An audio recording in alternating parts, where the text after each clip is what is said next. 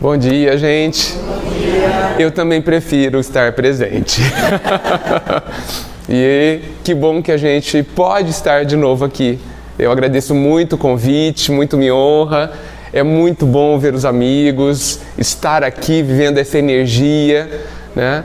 E recebendo, né, da bondade divina a oportunidade da gente estar se relacionando, né? Porque não é uma palestra, não são palavras, né? É tudo que envolve isso, né? As músicas de hoje, a prece, já valeram amanhã. A gente já pode ir embora. O resto agora é extra, né?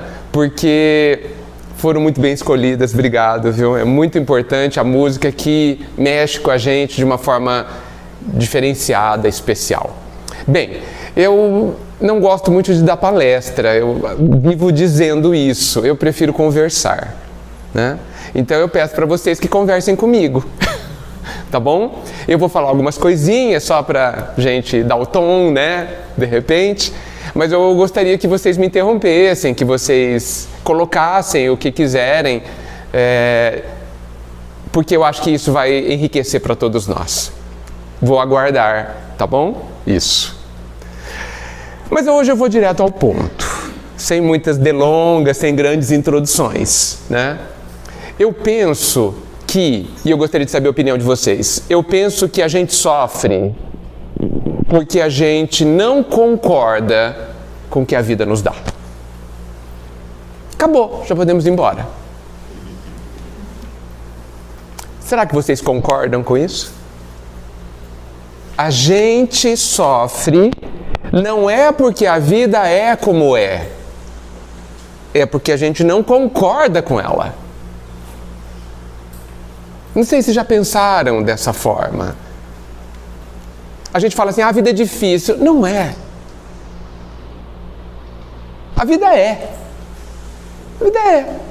Não tem adjetivo. Acho que a gente perde tempo, energia, foco, quando a gente fica procurando saber se a vida é boa ou ruim. A vida não é boa nem ruim. Na verdade, ela é ótima. Se a gente for pensar que ela é um caminho para a gente chegar a uma felicidade muito maior do que a gente tem. E aí ela se torna, na verdade, algo desejável. Algo que a gente vai querer viver e ter. De que jeito? Não sei. Do jeito que ela decidir ser. Já que a gente não sabe nem para onde a gente quer ir, no final das contas. A gente pensa, eu vou para lá porque deve ser bom. Mas muitas vezes não é. Era bom aqui. Era bom à direita ao invés da esquerda. No fundo, se a gente pensar bem, a gente não sabe de quase nem do que nos faz feliz. Da mesma forma que a criança também não sabe. A criança de 4 anos sabe o que lhe faz feliz? Não sabe.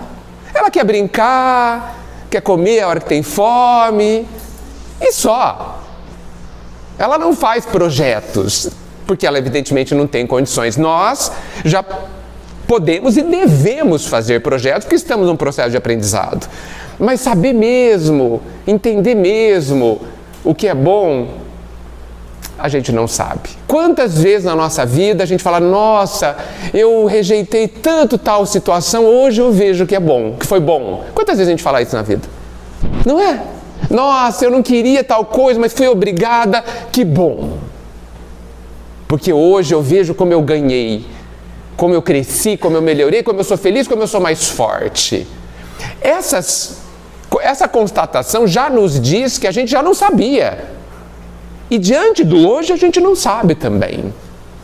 Mas se a gente entender que a vida é a presença de Deus, que a natureza é o Pai, a gente pode confiar nela. Vocês perceberam que a gente não confia na vida? A gente está sempre desconfiando dela? Vem uma coisa boa, não sei não, hein? Sei não. O que será que está por trás disso? O que vem depois disso?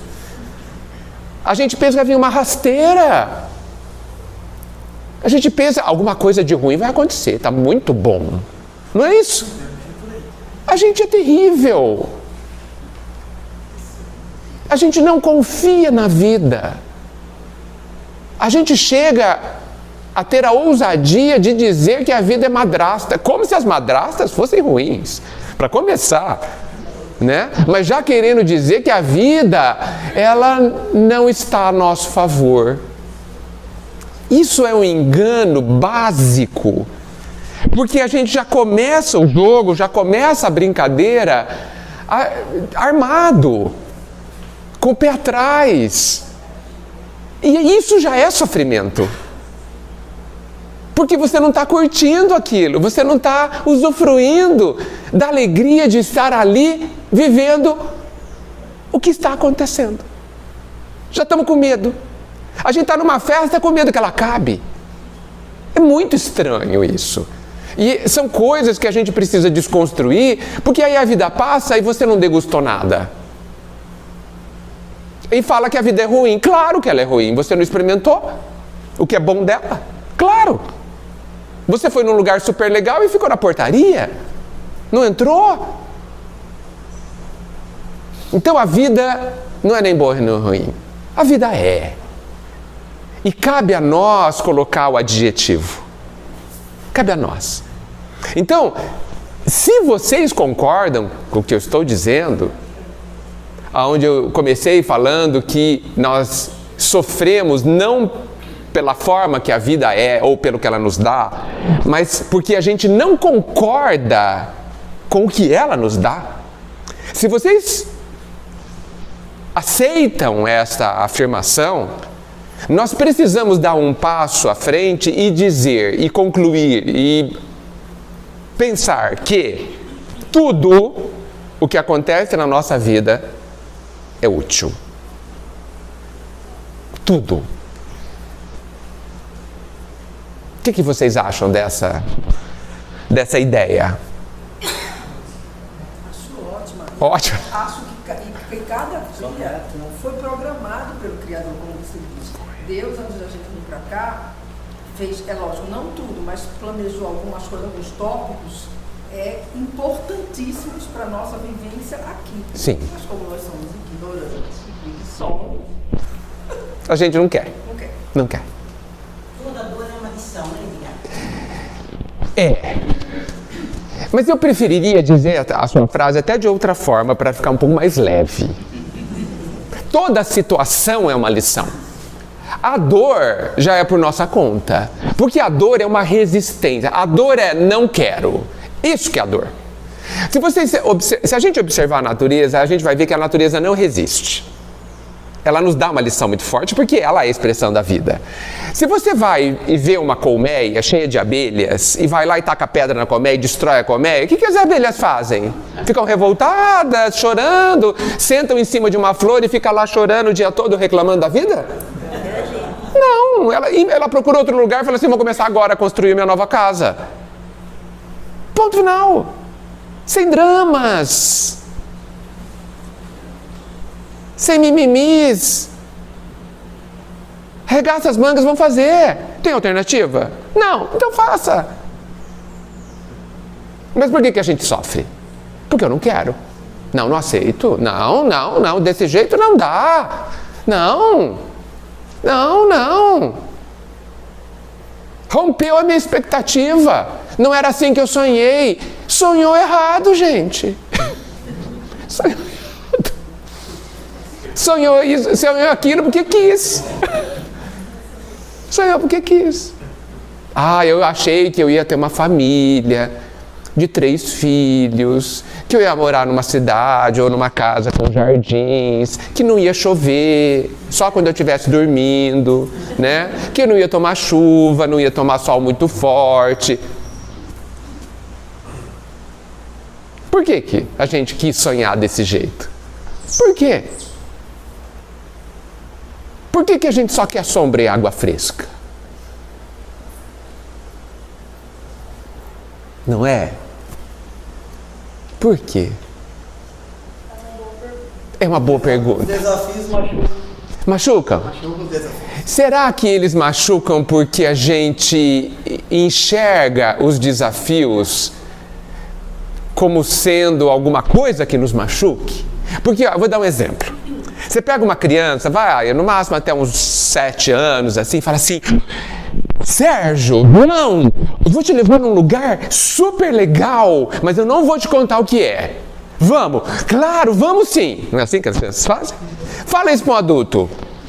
Ele fala: eu tenho que levar blusa. Vai ser bom? Tem certeza? A gente volta antes das 10. Faz 30 perguntas que acabou a graça. Porque a gente tem medo.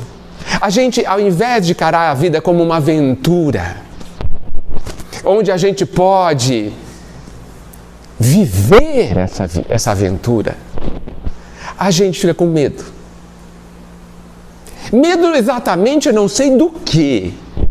Porque se a gente já sabe que a gente é imortal, eu preciso perguntar isso. Do que a gente teria medo?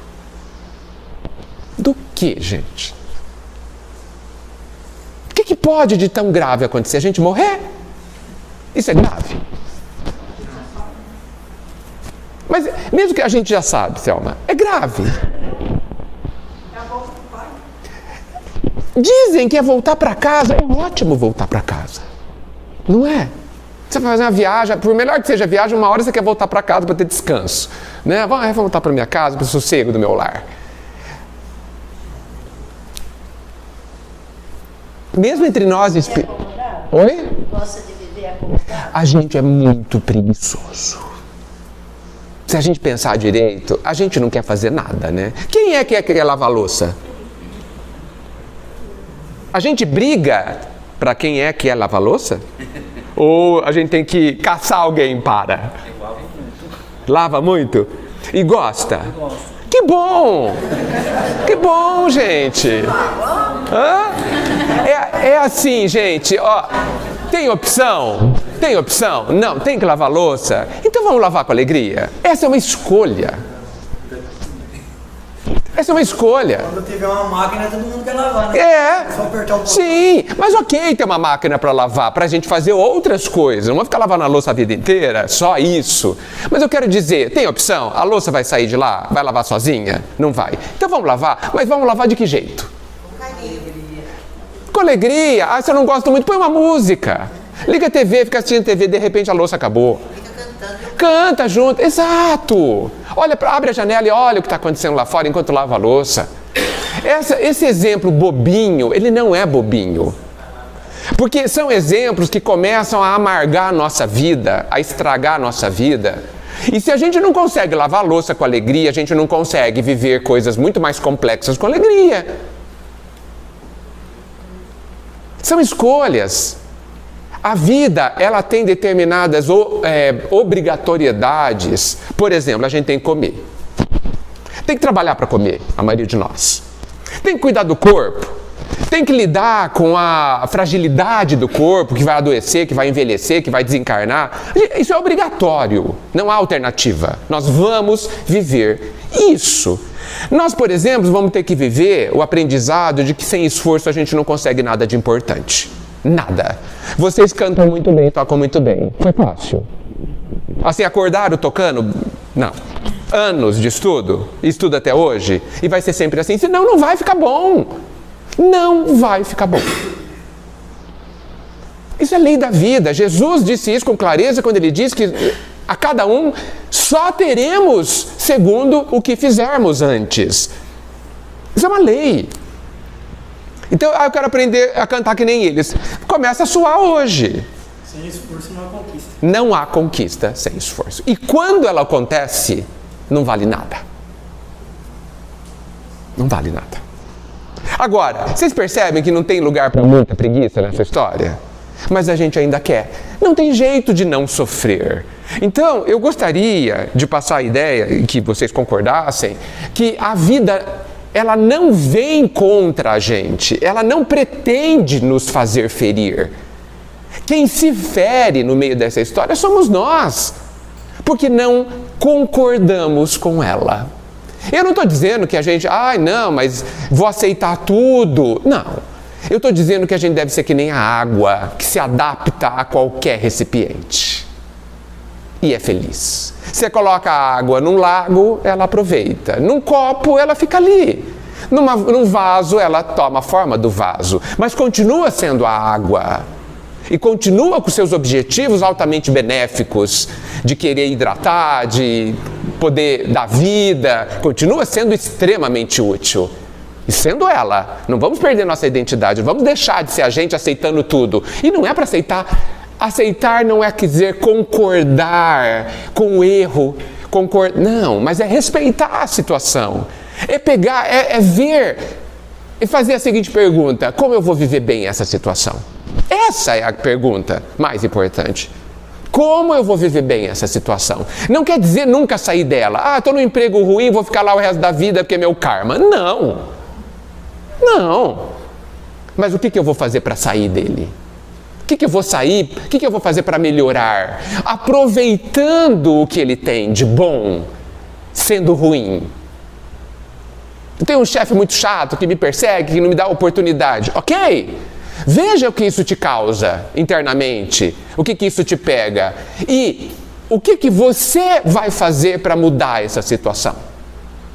O que você vai fazer? Essa é a proposta da vida. Os desafios existem para que a gente se supere e aí consiga de verdade superá-los. Por que uma música difícil não é considerada um problema para eles? E sim um ótimo desafio. Por quê? Por que uma doença não é considerada um desafio e a gente acha que é um desastre? Por quê? É a mesma coisa da música que eles não sabem tocar ainda. É a mesma situação. Eu não sei aprender, eu não sei inglês. Ótimo, é um desafio. É um desafio que quando eu aprender, quando eu me superar, e eu posso, com esforço, eu vou me sentir muito melhor do que eu já sou. Mas eu posso chorar, sentar e chorar, porque eu não sei falar inglês. São escolhas. Então, sofrer ou não sofrer é uma escolha. As pessoas acho que ficam estagnadas. Não sei como posso fazer. Elas não acreditam nelas mesmas. Isso, você disse algo fundamental. Eu não sei como fazer um monte de coisa, mas eu posso aprender. Nós somos pessoas inteligentes, temos grandiosidade dentro da gente. Aonde a gente colocou essa grandeza? Aonde a gente colocou a luz que o Pai criou dentro de nós e que a gente não desenvolve? Aonde? Existe uma frase, uma poesia de Meimei que ela diz assim: dos tristes, os mais tristes são aqueles que não confiam em si. Olha só, do conjunto de pessoas tristes, os mais terrivelmente tristes não são aqueles que não confiam em Deus, porque confiar em Deus, convenhamos, é até fácil. Ele é o Todo-Poderoso, fez tudo que existe, é super bom. É bom confiar em alguém assim. Agora, confie em você, que é imperfeito. E que erra. Então, não é o medo do erro, aquela cobrança da perfeição? É. Então, a gente vive num mundo que parece que existe, sim. E tal, perfeição. E aí você avalia o outro e fala assim: nossa, olha a caminhada do outro, ele errou tanto na vida. Sim.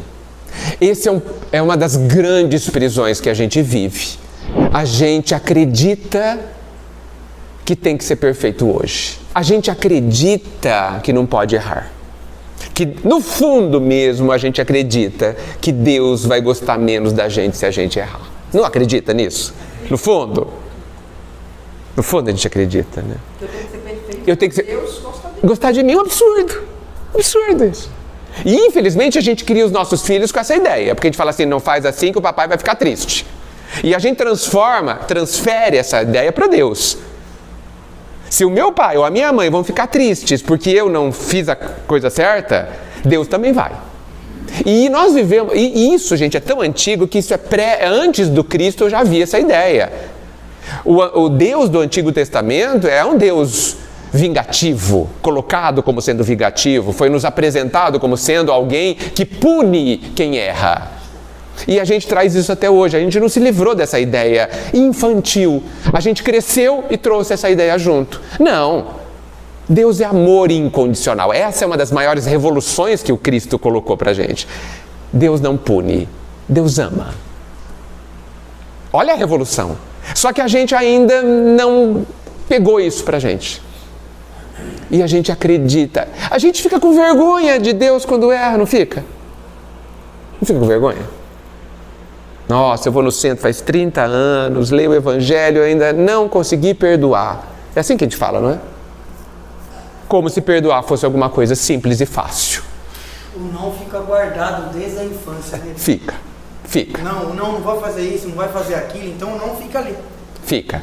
Mas não tem problema. O problema é que a gente interpreta que o não é alguma coisa que nos diminui. Ninguém gosta de receber não porque o não é limite. Mas a gente precisa de limites. Gente, um rio sem margens vira uma poça d'água que se perde. Um rio com margens chega no mar. Nós precisamos... A margem é o não do rio. Ó, daqui não. Aí quando chove muito ele rompe. Mas depois ele volta. Porque esse é o normal dele. Nós precisamos de limites, senão a gente não faz nada. Uma estrada sem margens, a gente vai para onde? Eu preciso que ela me limite para que eu vá reto. Nós precisamos do não. O problema é que a gente briga com o não. É bom brigar com o não. Mas aí há muitos anos atrás eu estava pensando a diferença entre o teimoso e o perseverante. Né? Que hora que a gente vira teimoso e vira perseverante?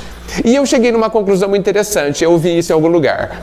O teimoso, ele insiste, ele briga com o não. Só que ele briga com o não do mesmo jeito sempre. O perseverante, ele briga com o não. Ele briga com os limites, para que os limites se expandam. E isso é muito positivo. Mas ele briga com o não cada vez de uma forma diferente. O que é muito inteligente, porque se eu dou murro nessa parede para que ela caia, com a minha mão, ela vai ficar lá e a minha mão vai acabar. Certo? E aí eu sou teimoso. Mas se eu bato uma vez com a mão, dói e não aconteceu nada com ela, eu vou pegar uma picareta. Eu vou pegar um machado. Ou seja, eu estou tentando romper o limite de outra forma, até que ela caia.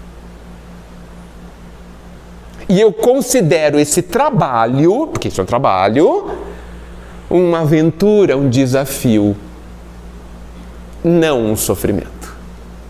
A gente gosta de cumprir meta no mundo corporativo, empresarial, né, no profissional. A gente gosta de vencer no vestibular, de passar na escola, tal. Tudo isso é uma aventura. Mas quando a gente recebe outros tipos de limitações na vida, a gente sofre. Quando a gente não pode mais correr porque o joelho ficou encrencado, a gente sofre. É um desafio. O mesmo desafio de passar no vestibular. Por que é igual? Porque é um não, é um bloqueio, é uma meta, um obstáculo a ser ultrapassado. Da mesma forma, o vestibular e um joelho encrencado são obstáculos diferentes, mas obstáculos. Por que aqui a gente sofre, briga com a vida, fala que meu Deus, minha vida é terrível? Por quê? Sendo que eu conheço pessoas que vivem numa cadeira de roda, sozinha, uma mulher, vive sozinha na cadeira de roda, ela faz comida, lava roupa. Ela chamou o pedreiro, mandou abaixar a pia, para a pia ficar na altura dela, para ela poder fazer comida. Ao invés de ficar brigando com a pia, que é alta, essa pia é muito alta, fica 10 anos reclamando que a pia é alta, manda abaixar a pia. Olha que visão diferente. Então eu não posso andar com o joelho? Ando de outro jeito. Eu sou maior que o meu limite. Sou maior que o meu limite. Mas quem define o seu tamanho é você. De que tamanho você? Construímos o nosso dia. Nós mesmos construímos o nosso dia. Sim. E tem pessoas que falam, que dia ruim. Hoje o dia não tem nada a ver. O dia, coitado, não sabe nem o que está te causando. Isso muda a vida, gente. Isso muda a vida. Então, Edgar, como dessensibilizar a nossa mente para essa nova realidade do otimismo, né? porque há um novo desafio, um novo planejamento. Mas a gente volta para trás, a gente não vai para um planejamento, a gente quer corrigir. Eu acho que a gente precisa se convencer, mas convencer profundamente de algumas coisas básicas. Se a gente não tiver convicções dessas coisas básicas, eu acho que é muito difícil a gente começar a ver as coisas de uma forma que eu considero verdadeiras, reais. Nós precisamos acreditar, entender o que é ser imortal.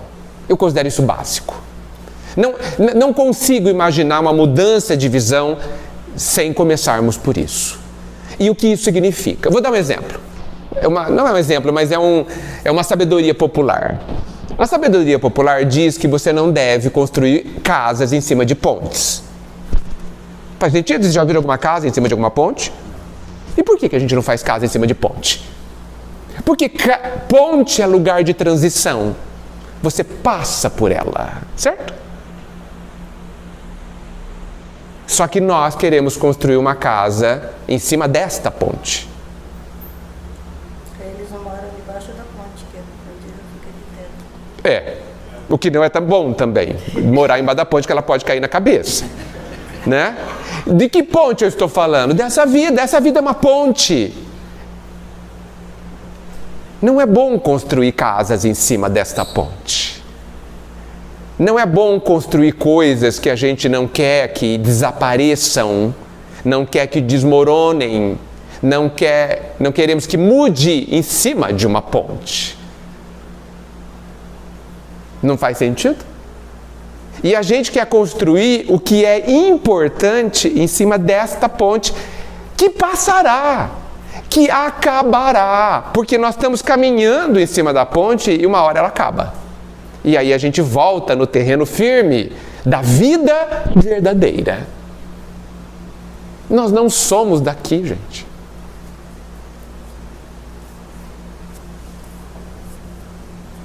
E aqui a gente quer fincar raízes. Mas essas raízes não vão conseguir muito fundo, porque o terreno aqui se mexe. A gente vive essa ilusão. Sim. Com medo das mudanças que a gente precisa desconstruir também, sendo que para a criança a mudança é uma aventura e para nós dá medo, a gente quer se agarrar a coisas que estão passando. A gente se agarra a nuvens. E o Cristo vem nos propor que a gente se agarre àquilo que não passa. E o que é que não vai passar? O que é que ninguém vai tirar da gente? O que está dentro da gente. Tudo que eu posso perder, eu nunca tive. Até o corpo. Sim, o corpo não é nosso, mas não é nosso mesmo. Devia ser proibido na língua portuguesa falar o meu corpo. O meu braço está doendo. Meu braço não está doendo nada. Quem está doendo é o braço do meu corpo. Ah, eu tenho um problema no fígado. Não tem. Quem tem problema no fígado é o seu corpo. Meu fígado está ótimo. Arrancaram meu dedo. Não arrancaram. Meu dedo está aqui bonitinho. Arrancaram o dedo do meu corpo. E um dia o corpo inteiro vai embora, inclusive. Mas não é meu mesmo. Da mesma forma que essa camiseta. Estamos no corpo. Nós estamos no corpo. Eu estou dentro dessa roupa. Mas essa roupa não é minha. Não sou eu. Ah, e se ela rasgar? Tudo bem, não sou eu mesmo. Essa visão não é uma historinha, gente. É uma realidade, é uma verdade. Agora, quando é que a gente vai viver segundo essa realidade? E aí eu envelheço e o meu corpo que eu uso não me consegue mais fazer com que eu vá até ali direito, rapidamente. Não deixa eu ver direito. E tudo isso é útil. Essa é a nossa... Ai, mas antigamente eu fazia tanto. A gente fica nessas lamentações. Que bom que você fazia tanto. Que bom que você aproveitou. Alegre-se por isso. Alegre-se porque você teve a oportunidade de fazer 1000 coisas. Isso é ótimo. E agora fica a pergunta. E quais são as oportunidades que você tem hoje? Para fazer hoje? Ou, não, hoje eu não posso fazer mais nada que o meu corpo não me deixa. Mentira. Mentira! Você é que não quer aproveitar as divinas oportunidades que tem hoje. Ah, eu estou na cama, só respiro, não posso fazer nada. Mentira!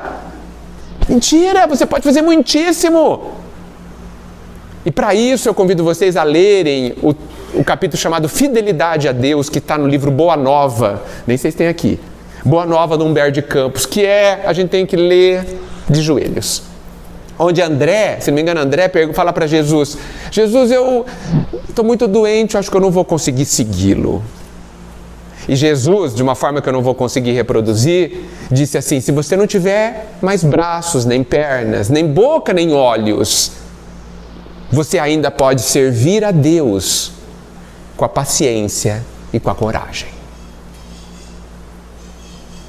Gente, nós podemos ser úteis. Nós podemos servir a Deus.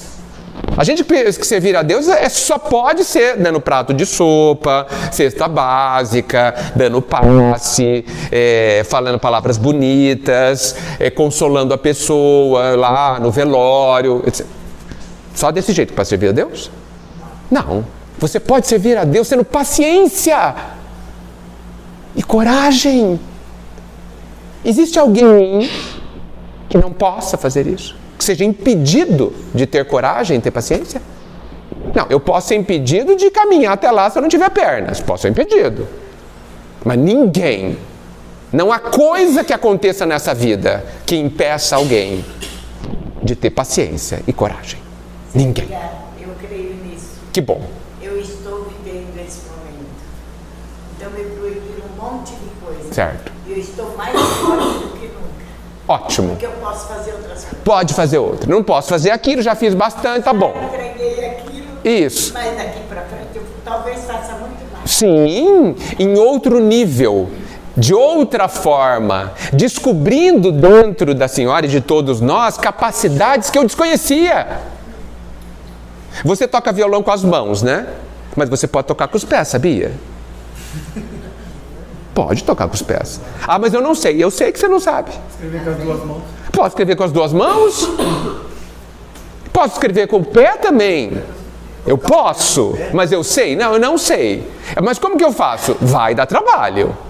Mas eu posso? Pode. Dedicação.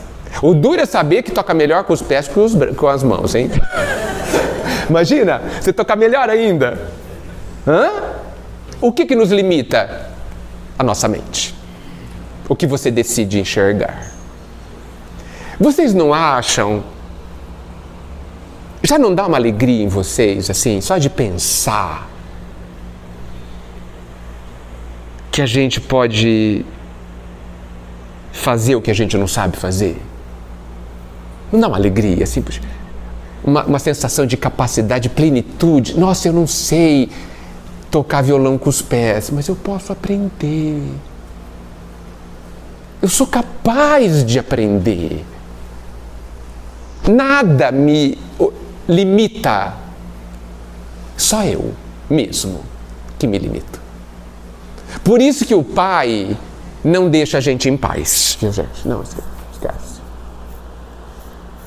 A gente fala assim: eu vou me esconder aqui embaixo dessa árvore para Deus, para a vida não mexer mais comigo. Esquece. A árvore vai cair na sua cabeça. Mas vai mesmo. Por quê? Porque a vida, o Pai, olha para nós e vê que às vezes a gente é feliz, que a gente está indo bem, mas Ele fala: essa felicidade que você tem é tão pequenininha. Tem tanto mais para você descobrir, que eu vou tirar tudo de você para você começar de novo e aprender a ser mais feliz ainda. E você aprender que naquilo que você pensa que te traz felicidade, não é bem aquilo. É outra coisa que você vai descobrir. E é por isso que a vida tira coisas de nós. Eu acredito que tudo que a vida tira de nós é porque não era importante. E muitas vezes a gente se desespera com isso, para depois, gente... Se desespera totalmente. E aí que está esse sofrimento. Eu não vou falar que é um sofrimento inútil, mas ele não precisaria existir se a gente se preparasse. Nós, gente, não sei se vocês perceberam, nós estamos em cima de uma ponte, nós vamos perder tudo que a gente tem. Vocês já pensaram nisso? Tudo. E isso não deveria ser uma coisa pesada para a gente. Perder no sentido da forma como a gente tem, mas não perder de verdade se a gente tem de verdade. Ai, tal pessoa foi embora, perdi a pessoa. Não perdeu. Você ama a pessoa. Então você a tem. Ela está no seu coração. Então ninguém pode te tirar. Porque ninguém, nem Deus mexe dentro de você. Só você. Está no coração. Mas eu não consigo abraçar. Ok. Mas a única forma de expressar amor, a última forma da gente estar bem abraçando, o pai fala, não é. Tem outras formas que você desconhece. E eu vou te dar a chance de aprender, então você não vai mais abraçar a pessoa. Formas muito mais profundas. Não sei se vocês perceberam, quando você está com muita saudade de alguém e você encontra, você abraça forte, não é? Sabe por quê que a gente abraça forte? Sabe qual é a nossa intenção ao abraçar muito forte alguém? Isso. Você quer que ela entre dentro de você, para que ela nunca mais saia. E Deus, quando não deixa a gente mais abraçar fisicamente a pessoa, Ele está nos dando uma chance da gente de verdade pegar essa pessoa e colocar dentro de você, para que ela nunca mais saia. E isso precisa ser aprendido. E aí, se ela está ali na China, ou no Paraná, ou em Bauru, não faz a menor diferença, porque ela sempre estará dentro de mim. E eu sempre estarei com ela e ela comigo. E essa ligação é permanente. E isso, gente, que parece uma coisa rarefeita, uma coisa fraca, nos sustenta a vida.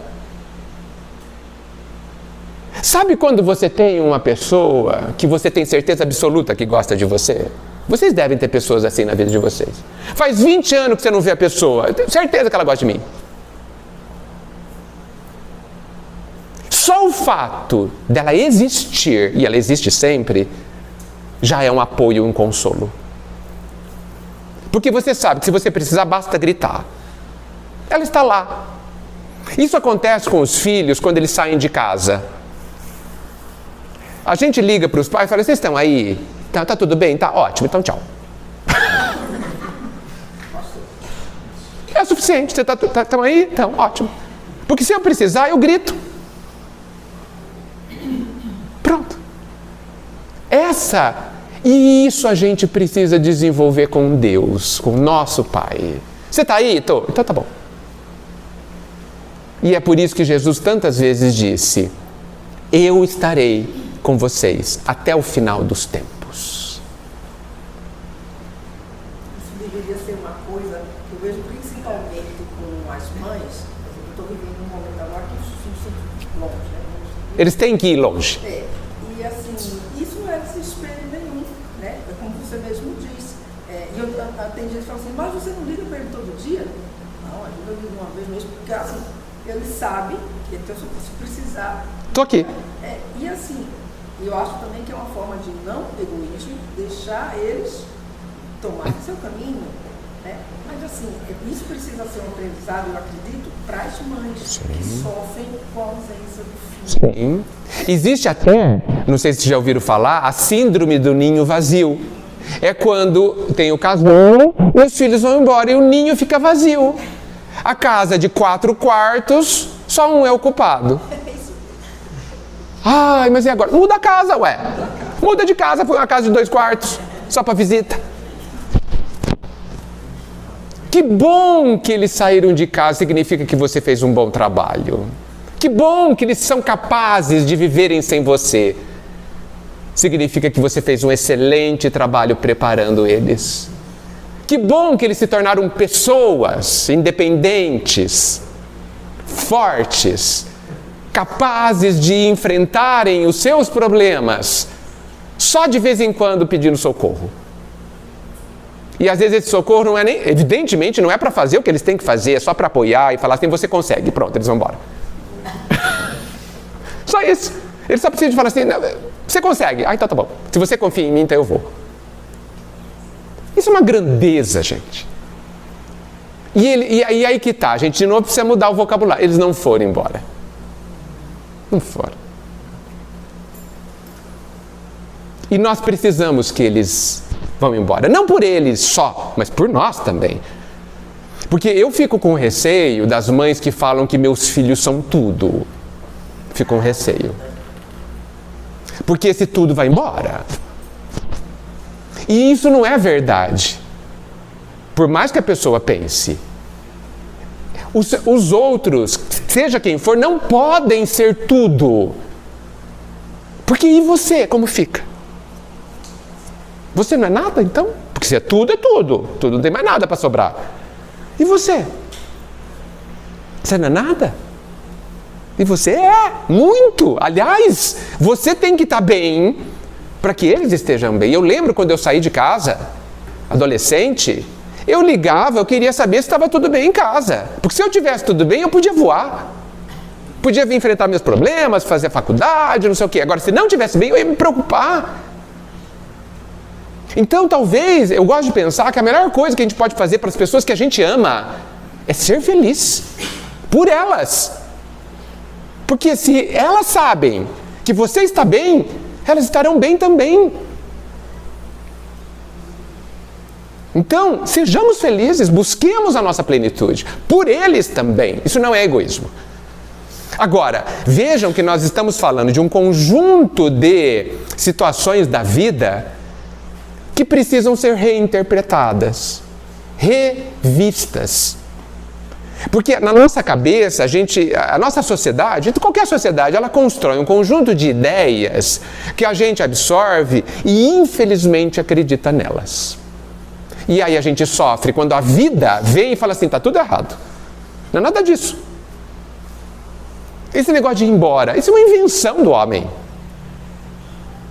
Esse negócio que acaba. O que é de verdade não acaba.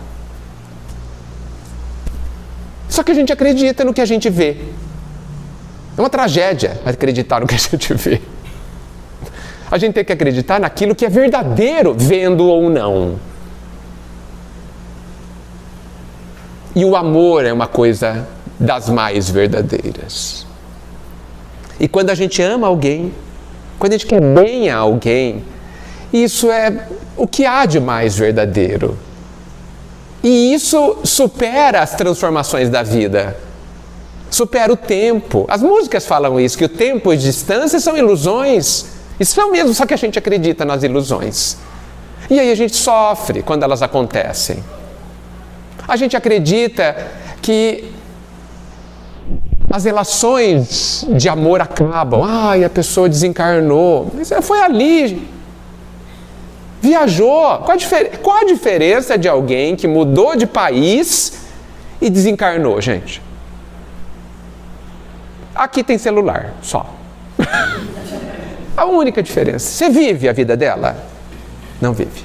Você está no dia a dia da pessoa? Não está. Você conhece o que ela passa de verdade? Não sabe. Ela desencarnou. Igualzinho. Igualzinho. Tanto é verdade que é muito mais fácil você viver o desencarne de alguém que não mora com você. Mora na outra cidade. Ela não faz parte do seu dia a dia. Você já não fala com ela de 5 em 5 minutos, nem fala todo dia. Aí a pessoa desencarna. O que mudou na sua vida? Nada mudou. Você continua fazendo as mesmas coisas, não mudou nada, absolutamente nada. Agora, se ela mora na sua casa, a coisa é um pouco diferente, porque há mudanças, há um vazio ali. Você não tem mais que fazer aquilo, você não tem mais que fazer aquilo, você não tem que mais conversar. Sim, aí a mudança é diferente. E aí a dor vem da necessidade de uma readaptação de contexto. Mas se a pessoa está distante, imagina que não tem mais telefone lá. Pronto. É só isso, gente. É só isso. Mas eu nunca mais vou vê-la. Isso é verdade? Mas a gente acredita que não é verdade mesmo. O nosso sentimento não acredita. O nosso sentimento tem certeza que eu nunca mais vou ver a pessoa e eu vou ter que chorar, chorar, chorar. E é isso que a gente precisa se educar. A gente tem que brigar com esse sentimento, com essas ideias que são infantis. Eu tô achando que eu nunca mais vou ver a pessoa. Briga com isso. Não é verdade. Eu não preciso sofrer, eu não preciso sentir isso. Não é verdade. Eu sei que a pessoa está viva, eu sei que ela é imortal.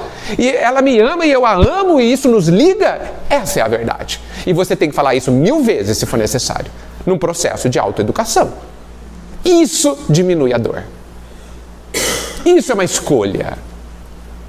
E você pode escolher o diferente. Você pode escolher se agarrar à ilusão e sofrer, sofrer, sofrer, sofrer. O que a gente pode fazer? São escolhas.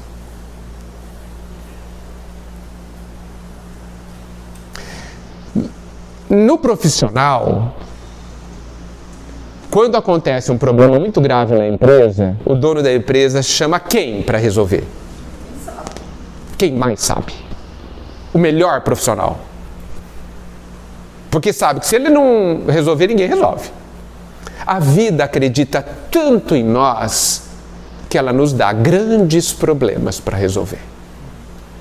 Então, se você tem grandes problemas, nós podemos falar, puxa, Deus, que tudo sabe que eu sei, que eu sou capaz de saber resolver. Eu não sei. Não sei porque eu nunca vivi, mas eu posso aprender. Eu sou capaz, eu tenho essa grandeza. Isso não deveria dar orgulho a nós? Orgulho bom, né? Foi escolhido. Se você chama um funcionário, olha, eu vou te dar um projeto, uma tarefa muito importante. Você sai da sala com, nossa, me escolheu, não escolheu ninguém mais. Você fala, nossa. Você fica contente? Por que a gente não fica contente quando aparece o que a gente chama de encrenca para resolver? Por quê? Por que a gente continua de manhã orando assim para Deus? Ai, Deus, que hoje seja um dia bom. Dia bom para nós é aquele dia que não tem problema para resolver, certo? Depende de mim. Depende. Mas o dia bom para Deus é cheio de problemas, tá? É um monte de problema para resolver. Um monte de exercício. E nós queremos um dia sem nada para fazer. Esse descompasso entre o que a vida sábia vai fazer e o que a gente espera causa sofrimento. Mas eu falei demais. O que vocês acham dessa história? Faz sentido? Como isso chega até vocês? Para mim é perfeito. Posso continuar falando isso? Bom, Que bom. mais bem. Alguém não concorda? Alguém acha difícil pensar assim?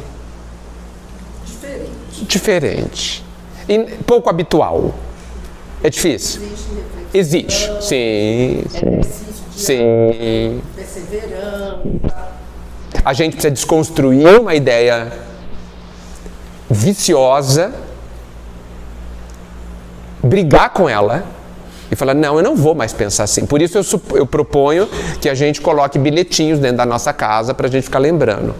Penso que precisamos desgrudar de coisas, por exemplo, materiais, até das próprias pessoas que convivem com a gente. Então nós estamos nesse processo. Sim, a gente tem que desapegar dela. E veja, e a gente precisa entender as coisas. Desapegar não é ser indiferente. Desapegar não é não gostar mais. Desapegar não é não querer mais por perto. Desapegar é gostar de um outro jeito. É gostar sem medo. Porque com apego a gente gosta com medo. A gente quer segurar. É a ideia da posse. Mesmo a ideia da posse a gente precisa mexer. Porque a gente não tem problema a gente ter posse. Mas posse das coisas certas. A gente precisa querer ter posse do amor, usando essa palavra. Eu preciso querer gostar de alguém. Por que não? Gostar é ótimo. Amar e ser amado é a lei do universo, mas não desse jeito. Não desse jeito. Sem desejos, né? Sem desejar, né? Sim, a gente quer prender. Esquece o ego meu. Sim. Mesmo é meu, tem que ser diferente.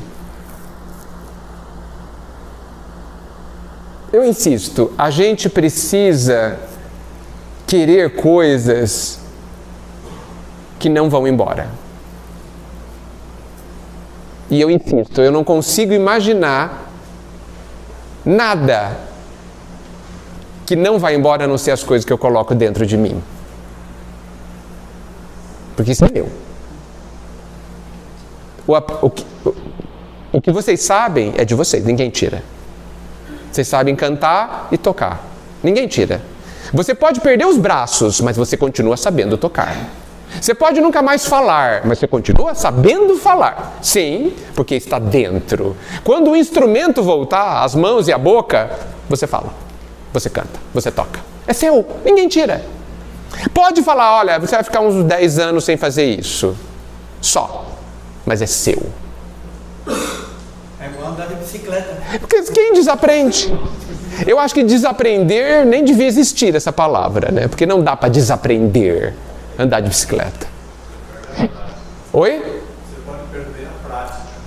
Mas em 5 minutos andando a gente já fala, nossa, é assim, gente. E são coisas suas. Suas. E são essas coisas que são importantes. A vida me parece, dessa forma de pensar, mais simples de ser vivida, porque aí eu já não tenho mais medo dela. As coisas vão mudar? Vão. Vão mudar. E aí não cabe pensar se para melhor ou para pior. Elas vão mudar para onde precisa mudar. Elas vão mudar para situações que vão me ajudar a me revelar. Nós temos uma luz dentro de nós, tem uma casca em volta. Essa casca não é o corpo, tá? É a nossa ignorância. A vida vem umas machadadas assim para quebrar essa ignorância, para a luz brilhar. Não foi o que Jesus falou? Nós somos luzes. Nós somos o sal da terra. A gente sofre porque se diminui e se inferioriza. Isso é muito triste. Isso sim é triste. Quando a pessoa não acredita em si. Essa é uma situação que eu chamaria de tragédia. O resto não é tragédia, não. Só desafio, só exercício. Uma coisa que eu batalho é a questão do erro. Do erro? Eu fui uma pessoa que foi muito treinada a Acertar. não errar, a perfeição. Então, assim, em concurso, sempre passar. Eu lembro que o primeiro concurso que eu não passei, tive que participar de uma tragédia. Sabe? A casa caiu. Aquela perspectiva de aula. E, assim, isso é uma das coisas que eu não passei para os meus filhos. Eu aprendo muito, tipo assim, a gente tem que desconstruir essa coisa do erro. O erro faz parte, o erro pedagógico, o erro está na caminhada. Sim. Né? Então, mas a nossa sociedade condena muito. Condena totalmente. Condena muito. Fulano errou, olha só, Sim. né?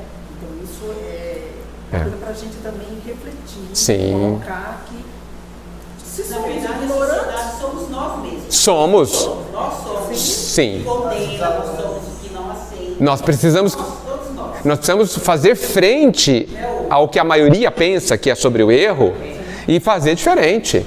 Agora, tem uma questão. Eu acho que esse aprendizado a respeito do erro, ele precisa partir de dentro de nós, que é o lugar mais difícil de mudar. Porque quando a gente erra, a gente sente vergonha. O sentimento aparece, não aparece? Porque de tantos milênios, isso sendo martelado, a gente... Mas tenhamos a coragem de olhar para Deus depois do erro. Coloca Ele na sua frente. Senta aqui, Deus. Vou te contar que eu errei. Ele já sabe, né? Vou te contar. Olha nos olhos dele. Sustenta esse olhar. Não se considere indigno. Porque a gente se considera indigno. Esses dias eu fiz uma pergunta. Se você errou aquele erro bem terrível, e se Deus puder, Jesus, para facilitar, pudesse aparecer na sua frente, você ia querer encontrar com Ele? Sair correndo, né? Não, hoje não, estou com muita vergonha, deixa para outro dia. Olha só, que triste isso. A gente se negar a receber o amor dele só porque a gente errou. Ele não estava esperando nada diferente do que o nosso erro. Porque ele sabia que a gente, por não saber fazer, ia fazer errado. Ele sabia. Mas daí, né, a gente tem um pouco de consciência, mas isso já vem desde né, em casa, atrás. Muito atrás. Deus não gosta disso, se você fizer isso vai acontecer, se você vai para o inferno. O inferno está aí. Né, o inferno está aí. Tá aí. Também. Nem tá sabendo. Coitado. É um coitado e joga tudo nas costas dele. Então tem pessoas que são muito resistentes, eles não aceitam. É um orgulho tão forte, né, que ele não aceita abaixar a cabeça, falando, não, isso daqui não está certo, está errado. Sim. Mesmo independe da instrução das pessoas. Depende. Tem pessoa que ela é calcitrante, fica ali, não, eu sou assim, aquela teimosia, ele não aceita. Então, isso leva ainda muito tempo. Sim. Deve ser porque nós estamos aqui nesse plano, né, através da doutrina espírita, que nós estamos num plano de prova e expiação, nós já estamos ainda muito pequenos, muito. A gente consegue ainda ter um pouquinho dessa percepção, a gente já, né, mas ainda é muito difícil. É uma pedra que a gente precisa quebrar. É uma pedra dura que a gente precisa quebrar. Mas olha, eu sempre gosto de pensar que cada um tem o seu caminho. Né? Então, cada um tem a sua dificuldade sobre isso e sobre tantas coisas. Mas eu acho muito importante que a gente se pergunte: e eu? É difícil para mim? E eu? Me aceito quando erro? Porque eu só posso dar conta de mim. Eu não vou dar conta de ninguém. Mas e eu? Porque nós também trazemos essa questão desse orgulho. Nós trazemos. O que eu estou fazendo sobre isso? Porque isso me machuca. Toda vez que a gente erra, a gente se sente inferior. Isso é uma tragédia. Nós não somos inferiores, nós somos ignorantes. E ignorância não é defeito. Ignorância é condição passageira. A criança de 4 anos não sabe ler e escrever e ela não é menor por causa disso. Ela apenas não aprendeu. Eu sou ignorante do perdão e do amor. Eu não sou inferior por causa disso. Eu sou só ignorante. E eu vou aprender. Quando você quiser. Quando eu quiser. Na medida da minha capacidade. Eu vou aprender um passinho por vez. Eu não vou aprender de uma vez. Nada amadurece em 1 segundo. Não tem nenhuma planta que ficou verde e ficou amarela. Dias, horas, condições. É um processo. E a gente se cobra imediatismo. Agora eu tenho que se aprender. Eu li o evangelho e pronto, agora eu tenho que perdoar. Não vai perdoar. Esquece. Que não é verdadeiro, né? Então, nós precisamos entender, primeiro, eu sou imortal, eu tenho tempo para aprender. Tenho tempo. Eu sou amado, gente. As condições são as perfeitas para mim. São as perfeitas para que eu aprenda. Ah, mas Deus me tirou aquilo. Ótimo que tirou, porque eu não precisava. E amado do jeito que eu sou pequenininho. Amado desse jeito. Olha que esse o amor cresceu. Olha, Deus nos ama sem a gente merecer. O que faz o amor dele ser maior ainda? Porque amar quem merece é fácil. Qualquer um faz isso. Ama os seus amigos. Que novidade. Tem uma letra de uma música, Ricardo. Fala assim, o pai nunca dá pedra ao filho que pede pão. Nunca dá pedra ao filho que pede pão. E isso é curioso, né? Você sabe que eu tinha um conflito com o Salmo 23. Lembra o Salmo 23? O Senhor é meu pastor, nada me faltará? Um dos melhores, uma coisa emocionante, o Salmo 23 de Davi. Eu falava, como assim? Como assim nada me faltará se eu sinto falta de um monte de coisa? Eu brigava com ele. Não, eu não estou entendendo. Estou entendendo. Deve ser mentira. Claro que eu concluí que enganado sou eu. O salmo está certo. E eu falei, mas como que isso se encaixa? Como que eu peço pão e recebo uma pedrada? Porque a gente pensa assim, né? Nossa, que pedrada que veio. E eu pedi para ele me ajudar. No Salmo 23, eu concluí que nada do que eu preciso me faltará. E quase tudo que eu desejo, Ele não vai me dar. Você ganha o que você precisa. Sim. Sem a necessidade das outras coisas. Sim, porque não era necessário. Sim. Não era necessário. Porque também tem um ditado que se diz, né? Cuidado com o que você vai pedir para Deus e cuidado com o que você deseja. Sim, porque às vezes Ele dá. Às vezes, graças a Deus Ele não dá sempre. Porque a gente já está encrencadíssimo. Sim. Às vezes a gente pede tanto uma bobagem que Ele fala, eu vou te dar para você entender que era bobagem. E Ele dá. Por exemplo, brincando que eu preciso encerrar. Eu fico assustado quando eu vejo as longas filas da loteria. Porque alguém vai ganhar. E se ganhar, o que vai fazer com isso, gente? Eu acho que vai se encrencar. Vai ter uma dor de cabeça muito grande. Vai. Né? Então, assim, veja, é pedir encrenca. É pedir sarna para se coçar. Ok.